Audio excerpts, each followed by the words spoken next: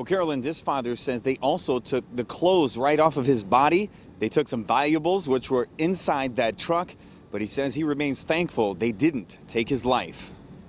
They used police lights to pull me over. Darrell Foster says he saw flashing lights, a bright glare in his face, but then realized this was not police.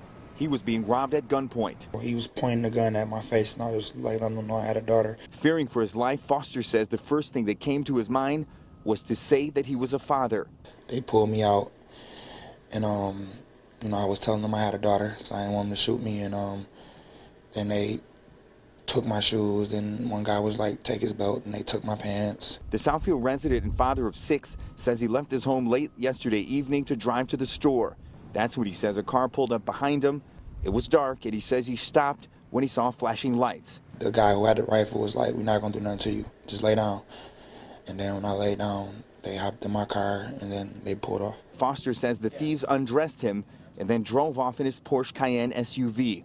All he remembers is the fear that he was going to be killed. He had the shotgun to my face, like right here. And all I was thinking about is I didn't want it to go off, That's all.